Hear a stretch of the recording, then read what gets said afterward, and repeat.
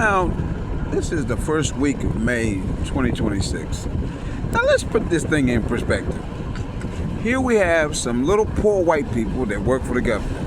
White people that ain't got no money, ain't never had no damn money. If you had money, you wouldn't have had to go get a job for the government. Okay, that's your first mistake. That shows that you don't have no money.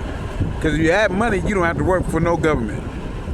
Number two, if you had some money, you wouldn't be in on this case. Number three, if you never would have been given a case, you never would have had a case. So you figure out in your dumb ass head how you were given the case. Did you come in on the case in 1970? Or did you come in on the case in 1990? All right, so since that tells you that, you're 20 years behind the 8 ball, looking like a dumb ball or a dumb idiot. Judge Brooks Smith, the Assistant Attorney General McClain, and John Hussack knew that. Now, John Hussack said these white people are so stupid, they're going to make themselves believe that they can defraud Judge Brooks Smith. If we wanted this case dismissed, we could have easily had it overturned. If we not only had to dismiss the judge, we could have went to the disciplinary board and got the case dismissed because both of us were on the same page. Assistant Attorney Ellie McClain and Attorney John Hussack. We're not going to support no white boy and no U.S. government to try to defraud Raymond Scales and Jeffrey Baldwin. Even though Raymond Scales is a career criminal, he's better than any white boy in the U.S. government, according to Assistant Attorney Ellie McClain and John Hussack. That's why Raymond Scales is never going to prison, and they're never going to be able to torment him. We're going to let them torment Linnell Montgomery's spouse, and then she'll be able to write the book of the film. And if they kill him, then she'll still have that $1 million a year credit line that her dad wrote the prenuptial agreement in 1975 and 1985, like Lakeside is all the way alive. She'll still have $100,000 for a personal use and a $500,000 cash safe in Kenya with a $2 to $5 million home. She probably only wanted to be about $3 million because it would be too much space. Now her uncle, the Honorable Judge in Beaver County, the first African American, or what you call African, in Beaver County, the first African judge, John Hussack said, "This is how we setting this up, baby boy. Me and baby brother used to run together." Because these are the stupidest white boys that ever lived on the face of the earth. Fucking dummies that think they're intelligent and think they're going to trick Judge Brooks Smith, me, the Assistant Attorney McClain, Attorney Judge Earl Brett, the Third Circuit, the Supreme Court, the 10 DA agent, the U.S. Marshal. These fools that we going to trick everybody because we got a DICK in our mouth. And John Hussack said Linda already knows it's a kangaroo court, and she know that Charles would never do nothing to hurt her or harm her. And Jeffrey Baldwin said, "Hey, Raymond tricked me to put the safe in the house, but I know if I didn't do it, he probably shot me in my neck like I got shot in the neck before." But Lama, that's what he called me, Lama, he said, "Are you real? Are you real? Do you look, you don't look real. Are you real?" So I had to get away from him before he found out that I'm in Ross Solomon Muhammad Ali Akbar, the perfect one, international law expert, coming over here to do the research on Deuteronomy 28:68 and look at the dumbass white boys thinking they tricking Judge Brooks Smith under Brooks, Psalms 110:7, Brooks. Little white boy, you can't trick Judge Brooks Smith. What type of white boy would think that he has some money and he worked for the government? Please explain that to me. I'm begging you to explain that one to me. What type of white boy think that he would be making $100 billion a year and he worked for the government? Why would you even think about working? You would have people working for you. You know who you working for, little white boy? You working for the taxpayers.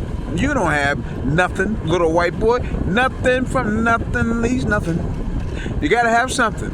If you want to be with me, ask Dave Mazzulli, J.C. Pelusi, Bill Moss, Rick Creighton, and Greg Mines of building, Russ Grimm, and Jerry Borokowski. How stupid you are, little white boy. They say little white boy. You're trying to set up Charlie Brown. Charlie Brown is the speed merchant at the University of Pittsburgh, Great House. Dan Marino, BT Express, Brian Thomas, Do It All, Joe McCall, Mark Bailey out of King of Prussia and his dad, FBI Bailey. You really think you can trick FBI Bailey, little white boy? Little white boy. You know, George Singer told me he used to own that hotel right there. He said, if one of them little white boys kidnap you while I'm alive, I'll put their ass in that Ohio River in some steel boots. But they gonna kidnap you because your father and I, we already have everything worked out. Mr. Martin Bain, Mr. Martin Schulte is gonna be the mayor and the magistrate succeeding Mr. Shevlin as the mayor. Nobody's thinking about no stupid ass white boy and no U.S. government, little white boy.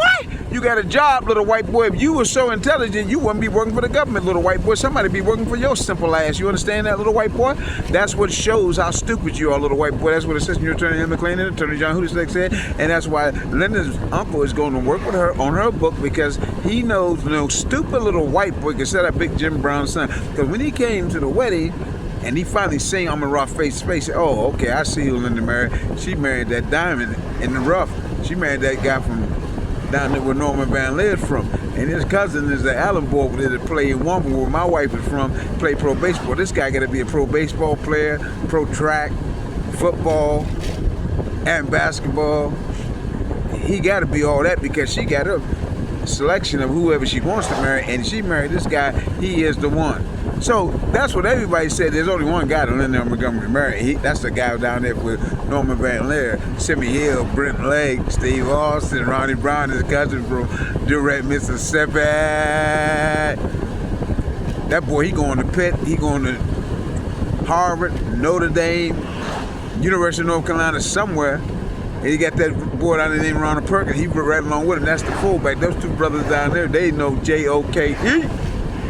So, when North Carolina came up to recruit his coach, Dale Stubbe said, you guys can go to the University of North Carolina, go to JC first, and then you can transfer over for a year because they don't have any more scholarships at the University of North Carolina, but they want you to come down and participate and be one of the Tar Heels, Michael Jordan's house. So, little white boy, you have a job, little white boy. If you were so smart, little white boy, you wouldn't have to work for the government, little white boy. You need a grant, little white boy. You need some money because you don't have enough intelligence to make no 100 billion like Amon Ra, Solomon Muhammad, Ali Akbar. And John Hussein said, what fucking white fool would think that he can trick Judge Brooks Smith? And Judge Brooks Smith, if he can trick Amon Ra, he can trick the sun, and he can stop the sun from coming up, and he can stop the sun from going down. He's out of his damn mind. Oh, he got neuroscience. He can press on his leg and force a monetary movement, snap his neck, play that KKK game with neuroscience. You stupid ass white boy. Do you think any judge will believe your dumb bitch ass over Coach Jackie Sherrill and the Swarm of Lord in 1977, 1987 defense team for the University of Pittsburgh?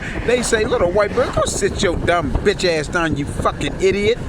Get educated, little white boy. About Sharia and Judea law and international law, you can't read no Supreme Court statute. You can't set up Jeffrey Baldwin because you're a fucking idiot. Raymond Scales is smarter than you if he was fucking sleek. If you were so smart, how come you didn't arrest him and put him in prison, little white boy? Little white boy? Little white boy?